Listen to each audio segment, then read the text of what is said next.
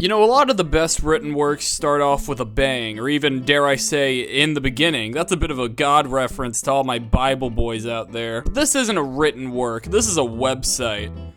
I'm talking about YouTube. This is the first YouTube video. One day in April of 2005, a guy bought a ticket to the San Diego Zoo, and when the main gate worker asked him, "What brings you to the zoo today?" he said, "I'm about to start a chain reaction that's gonna make a lot of terrible people disgustingly rich someday." Me at the Zoo is a short little test video from one of the founders. He made a penis joke about the elephants and their big long trunks, and here in the script it says, "Hold for laughter."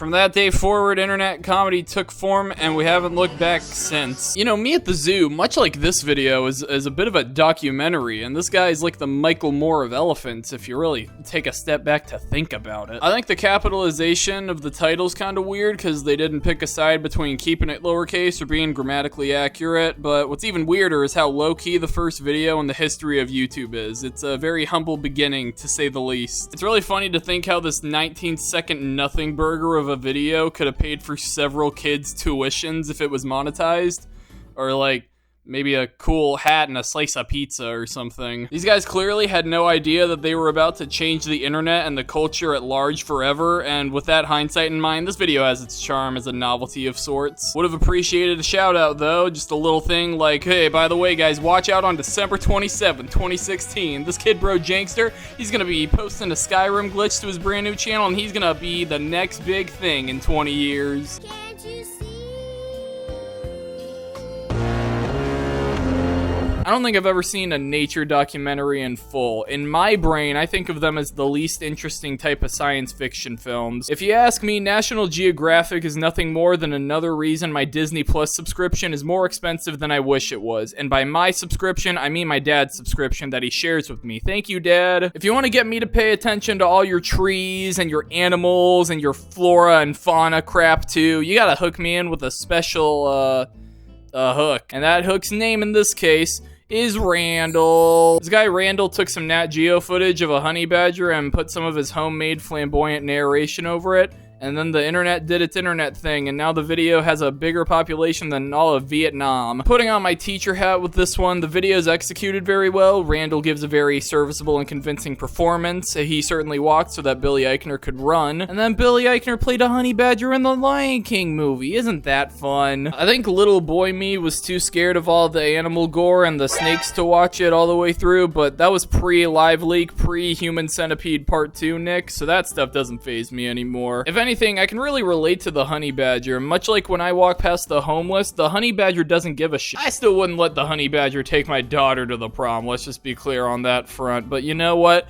Wherever that little guy is, I hope he's doing well, even all these years later. He's probably dead, isn't he? Call me Sherlock Gnomes, because I'm like Sherlock Holmes but worse. This Know Your Meme article says the colloquially known Sneezing Panda video was posted to YouTube on November 6th, 2006, but in all my minute of research, I could only find this video from 2007, but it's got 24 million views. That's like all the people who saw Top Gun Maverick, but like significantly less, but like it's still a lot. That's as far as I'm willing to go with my research. With this series, I'm gonna have to go back and review the re-uploads anyway to make it through all 1 billion YouTube videos anyway, so I'll just start with this one. I might have already said it, and I'm definitely gonna say it again, but it's interesting going back, taking these little trips down memory lane, because I can't afford to go on an actual trip, and seeing these ancient relics of an internet of yesterdecade, a time I remember vaguely, but not too well, is a surreal experience that wets my whistle and puts a pep in my step. I don't know. Kids used to send these videos through Facebook and email, and nowadays they send these kinds of videos through Instagram DMs and their electronic cigarettes. And I think that's poetic as hell. The Sneezing Panda is a quintessential time capsule for the simplicity of early YouTube and early internet culture. Back when the novelty of being able to, check out this cool thing I sent you, was good enough for most. And now we have Scott the Woz. The video itself is aight. Kind of simple for my complex brain-rotted palate, but I like how fat the mother panda is, and when she recoils back in surprise, that crap gets me turned AF. That mama's so fat that she ate at the Panda Express too many times. I have a bad memory related to this video where I wrote a sentence describing the video for an example in a grammar lesson at school, and I thought people would understand the reference when I read it out loud and laugh or something, but it was dead silent, and when I tried to save the bit by peeing my pants, that just grossed everyone out and made girls afraid of me.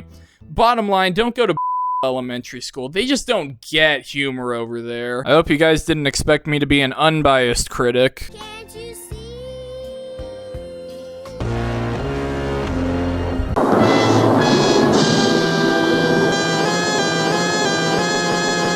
Okay guys, time for my 6-hour video dissertation about this one little rat. Part 1, Genesis. Where are my Bible boys at? Are you still there? Are you still watching? Like, comment, subscribe. No, I'm just kidding. This is another short, sweet, to the point little short film with great cinematography and a nice soundtrack. I'm really rooting for Dramatic Look to earn that Grammy Award for Best Compilation Soundtrack for Visual Media. I liked when the horns went... Real quick, while I'm on the topic, I gotta do a quick rant about the Grammy Award for Compilation Soundtrack for Visual Media, because it's been a bit of a pet peeve of mine for a while, and I don't know when I'm gonna get a better chance to talk about it. So double tap the screen or scrub through the video if you don't care. Okay, so I love compilation soundtracks. I love when the mediums of film and music merge together to create a certain vibe, you know? And compilation soundtracks are also a good way to promote music by niche artists, like how Wayne's World popularized Queen. That's a joke. That's actually a fat lie, but you know what I mean. I have a bit of a running joke on this channel about a Spotify playlist I made called Songs I Want to Put in an Indie Movie Trailer / Soundtrack, because that's my favorite kind of music, as shallow and as lame as that might sound. And when a compilation soundtrack is done super well, it can be one of my favorite parts of the movie, like with Garden State and Juno, which are soundtracks that won Grammys in the category. But then you have movies like La La Land that won the compilation soundtrack Grammy. Now, La La Land also won Best Original Soundtrack Score, which it deserved, but how did it win Best Compilation? Didn't Justin Hurwitz do most, if not all, of the music specifically for La La Land? How does that work? Was it because John Legend made one song for the soundtrack, so it was eligible? There's also the 2002 Chicago movie soundtrack, which, if I'm not mistaken, Pushes Up Glasses, was pretty much adapted entirely from the Broadway show, so what's up with that? And then there's the Barbie soundtrack. Billie Eilish, Dua Lipa, Lizzo, and more people made music specifically for the Barbie movie. They didn't have to look for songs and try to match them with certain scenes. I guess the rationale, according to the Recording Academy, is that compilation soundtracks come from different sources. So if you get at least 2 people to make perfectly crafted music designed for a visual work, you can be nominated. And I guess there was some loophole for Chicago. But I prefer when the award goes to someone who essentially curates a playlist for their movie. I don't know, maybe they could make separate categories or something?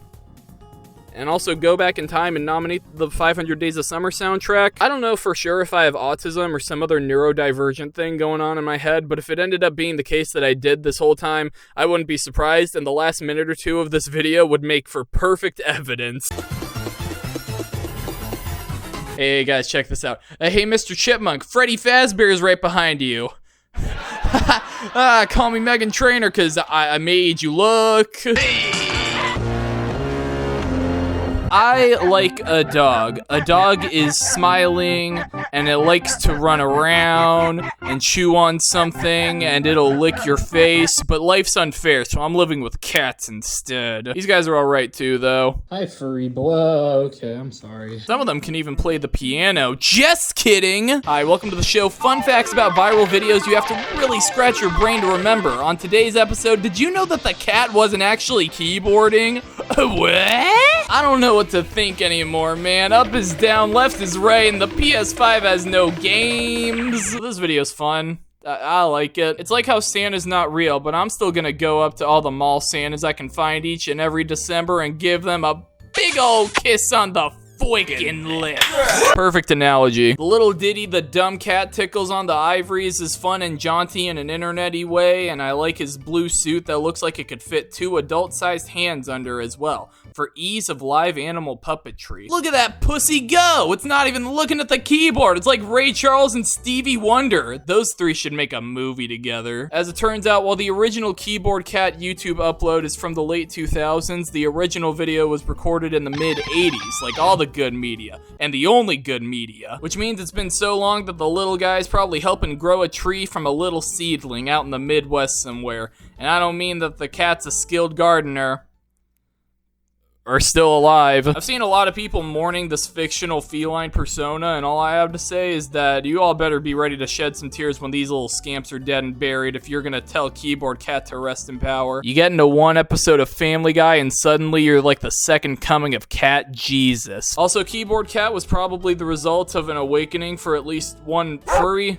and I think that's a very funny thought. Thank you, Charlie Schmidt, and your cat, Charlie Schmidt Jr., for this video.